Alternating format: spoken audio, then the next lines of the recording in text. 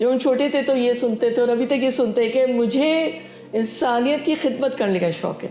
क्या आपके साथ भी कुछ ऐसा था जब आपने डॉक्टर बनने के बारे में सोचा? 2005 में मैं सेकंड ईयर का एंड हो रहा था, मुझे याद है उस टाइम पे ये ज़लज़ला आया था जो AJK का। जी जी जी। तो दैट वाज द टाइम कि जिस टाइम पे मुझे ये फील हुआ था कि नहीं, ये जो प्रॉब्लम इस टाइम पे जैसे आई है, जी जी जी जी, तो वन शुड बी रेडी कि वो कुछ ना कुछ ह्यूमैनिटिकली हेल्पफुल हो सके। जी। नाक, कान और गला कि ये कैसे आपस में कनेक्टेड है? नाक और गले का तो सबको पता ही है कि नाक से सांस लिया जाता है, वही गले में जाता है। बाद का जो हमारी वॉमिट है, जो उल्टी है, वो हलक के रास्ते भी आती है, नाक के रास्ते भी आ जाती है। तो लोग जानते हैं कि नाक और हलक तो पीछे से कनेक्टेड है। यूजुअली जब हम एयर ट्रैवल करते हैं, जब हवाई जहाज का सफर करते हैं और उसके अलावा अगर हम हिली एरिया का ट्रैवल कर रहे हैं, तो हमारे कान खुलते और बंद होते हैं जी। तो टेक्निकली वो ईयर से, वो हलक से कनेक्टेड होते हैं, वही जगह जहाँ पे नाक और हलक मिल रहे हैं। तो वाया ट्यूब, उसे हम यूस्ट्रेचियन ट्यूब कहते हैं। यूस्ट्रेचियन ट्यूब।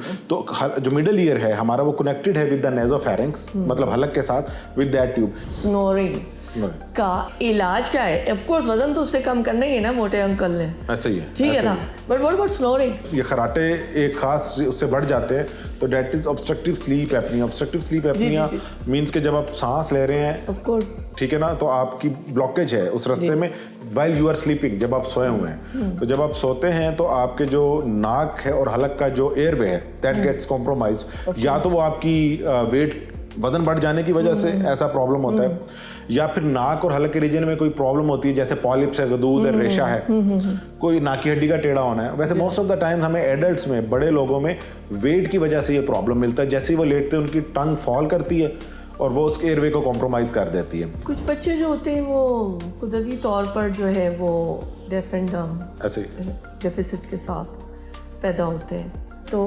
उसका कोई इलाज दरियाफ्त हुआ है? बच्चा जो बोलना सीखता है वो 1.5 साल की उम्र से 8 साल की उम्र के दरमियान है। इस दौरान बच्चे की समाअत बिल्कुल परफेक्ट होनी चाहिए कि वो वॉवल्स में डिफरेंस, उनकी आवाज़ के जो लहजे हैं, उनका जो फ़र्क है उसको समझ सके। जो पहली जो उसको पिक करती है वो उसकी माँ करती है।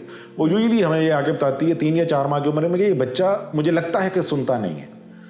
तो फिर हम उसके लिए एक टेस्ट होता है, brain stem evolved response audiometry, BARA, वो करवा लेते हैं। अगर हमें उसमें लगे कि वाकई ये नहीं सुनता है, तो फिर उसकी मजीद एक लिस्ट ऑफ जो है लंबे टेस्ट हैं जिसमें हम देखते हैं कि इसका अगर कान का मसला है तो क्या इसका ब्रेन सुन रहा है या नहीं। मोटी मोटी मैं बात करूंगा कि ये प्रॉब्लम सिर्फ कान की हद तक है या कि ब्रेन की हद तक है। अगर उसका ब्रेन सुन रहा है और बाकी वहाँ पे स्ट्रक्चर्स मौजूद हैं, तो फिर वो पेशेंट कोक्लियर इम्प्लांट के लिए एलिजिबल हो जाता है।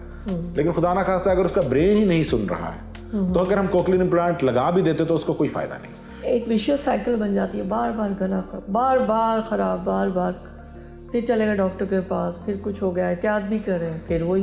रिकरेंट सोर थ्रोट में या तो कॉज आपके अंदर है या आपके बाहर है। अगर तो कॉज आपके अंदर है तो हम उसको ट्रीट करेंगे, और अगर कॉज आपके बाहर है तो आप उसको ट्रीट करेंगे। मतलब अगर तो प्रॉब्लम पेशेंट की फूड हैबिट्स में है तो उसको खुद ठीक करना है। डॉक्टर उसको कभी भी ठीक नहीं कर सकेगा, क्योंकि डॉक्टर उसको अगर उस ऐसे पेशेंट की टॉन्सिलेक्टमी कर भी देता है, जो कि यूजुअली लोग पूछते हैं, क्वेश्चन होता है, तो उसका कोई फायदा नहीं होता है।